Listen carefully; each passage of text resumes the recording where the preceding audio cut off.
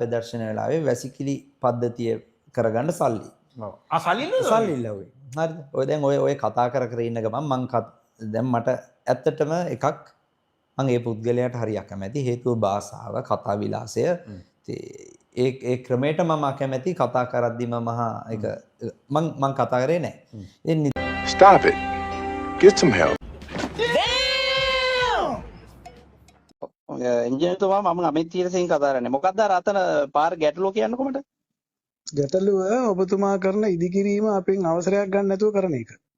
මෙහෙමයි. ඔබතුමා කරන ඉදිකිරීමක් කියන්නේ ඔබතුමා හිතුවද මම එතන මේ ගෙයක් හදනවා කියලා? නෑ මේ නිකන් එහෙම කතා කරන්න එපා ඔබතුමා. මොකක් හරි අපේ නෑ ඔබතුමා හිතුවද මම ගේ හදනවා කියලා එතන? නෑ පාරක රක්ෂිතයක් මොනවා හරි ඉදිකිරීමක් කරනවා නම් ඔබතුමා ලිඛිත අවසරයක් ගන්න ඕනේ.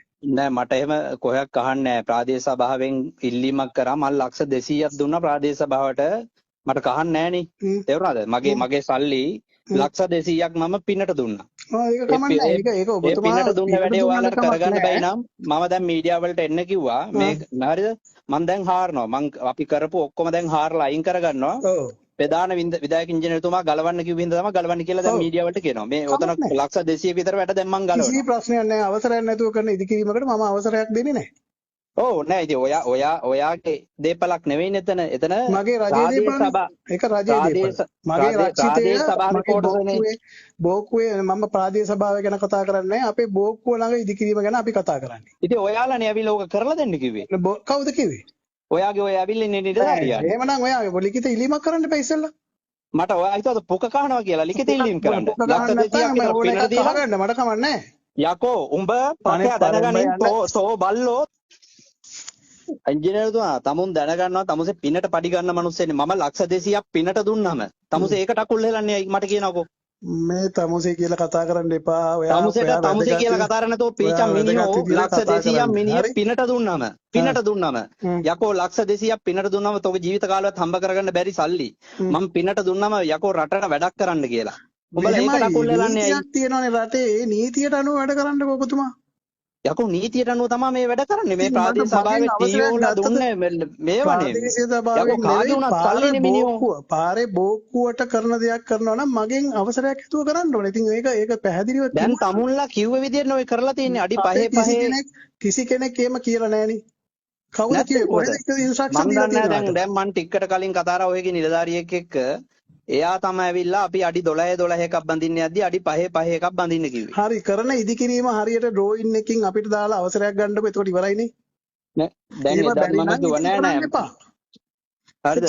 ඔයා කියන්නේ මම ලක්ෂ 200කුත් පින්නට දීලා මට ඔයාගේ බංකුවට රස්තියාදු වෙන්න කියලාද? නෑ මගේ බංකුවට රස්තියාදු වෙන්න කියලා නෙමෙයි. ඔයා ලිඛිතව ලියුමක් එවන්න පුළුවන්. මට මෙන්න මේකයි මම මෙතන කරන්නේ. එහෙනම් ප්‍රාදේශ සභාවට හරි කියන්න ඕනේ මෙන්න මෙහෙම ඉදිකිරීමක් කරනවා ඒකට අවසර දෙන්න කියලා. අපේ බෝක්කුවට මොනවා හරි දෙයක් කරනවා. ඔයා මෙහෙම කරන්නකෝ. දැන් ඕකේ අපි 5 ලෝට් 300ක් කලින් පිරෙව්වා ග්‍රවුන්ඩ් එකට. ග්‍රවුන්ඩ් එක ඔයාගේ දේපලක් නෙවෙයිනේ. ප්‍රාදේශ සභාවේ දේපලන්නේ. ඔය ටික වැස්සට හොදගෙන යනවා අර පල්ලෙහා තියෙන කුඹුරු අක්කර ගන්නක් යට ඉස්සලා මේ කතාව අහගන්නකෝ යා. මේක මෙහෙමයි ග්‍රවුන්ඩ් එකේ කරන දෙයක් ගැන මට ප්‍රශ්නයක් නැහැ. මට ප්‍රශ්නේ තියෙන්නේ පාරට එන පාරේ බෝක්කුව තියෙනනේ බෝක්කුවට මොනවා හරි ඉදිකිරීමක් කරනවා නම් බෝක්කුවට අදාළ ඉදිකිරීමක් කරනවා නම් ඒක මොන හරි සැලැස්මක් එක්ක ප්‍රාදේශ සභාවට හරි කාට හරි කියන්න ඩියුමක් මේ පොඩි සැලැස්මක් එක්ක අපිට ඒවල අපෙන් එක කතාවක් ගන්න කියලා. මේ මානකෝ නෑ අපි PRD කලාපේ අතාරින්නම්කෝ වැඩි ඉවරනේ. මම නම් ඒව නම් කරන්න ඉන්න එපා. මම මේ ගැන කම්ප්ලේන්ට් කරනවා ඒගොල්ලොත්. නෑ ඔයා කරගන්න කම්ප්ලේන්ට් එකක් කරගන්න. ඒක මට ප්‍රශ්නයක් නෑ. කුණු හරප කියන්න එපා ඈ. කුණාරප කියන්නේ නැතුව ඔය පින්නට හම්බ කරන් කන මිනිහා මේ යකෝ රටට දෙයක් දුන්නාම මං කොහොමද පින්නට හම්බ කරන් කන්නේ මං ඉගෙනගෙන රසාවක් කරන්නේ මොකද පින්නට හම්බ කරනවා කියන්නේ පින තමයි රටේ මිනිහෙක් යකෝ හම්බ කරලා රටට දෙයක් දෙද්දි ඒකට ගරහනවා කියන්නේ මේ ගරහනවා නෙවෙයිනේ රටේ නීතියක් තියෙනවා නීතියට කරන්න නීතියට පිටින් දේවල් කරන්න බෑ නෑ මේ අහන්නකෝ දැන් ෆයිනල් ආන්සර් එක මේ මට ඔයත් එක ඔය ලොකුවට කතා කරන්න මට ඔයත් එක්ක ලොකුවට කතා කරන්න දෙන්නේ අපි ප්‍රාදේශ සභාවේ අනුමැති ප්‍රාදේශ සභාවට හරි කියන්න මෙහෙම දෙයක් කරනවා ඒකට අපිට ඔයාට සිංහල තේරෙනවද දැන් මම කරන්න යන්නේ PRD කලාපේ අතාරින්නම් වැඩ ඉවරනේ ඔයා PRD මයිම් ටික දෙන්න ඇවිල්ලා ඒක මේ කියන්නේ මගේ අඩි 50න් එහා කරන දෙයක් කරන්නකෝ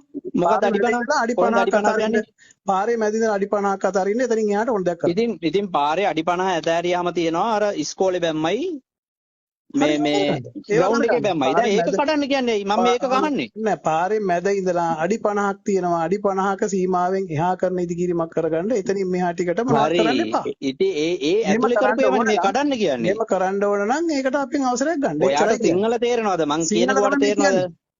ඒ ඇතුලේ කරපු එකනේ ඔයාලා කඩන්න කියන්නේ දැන්. ඒක අපි කියන්නේ නෑ නේ අපේ කවුද. දැන් ඔය ඇවිල්ලා කියන්නේ මිනිස්සෙක්.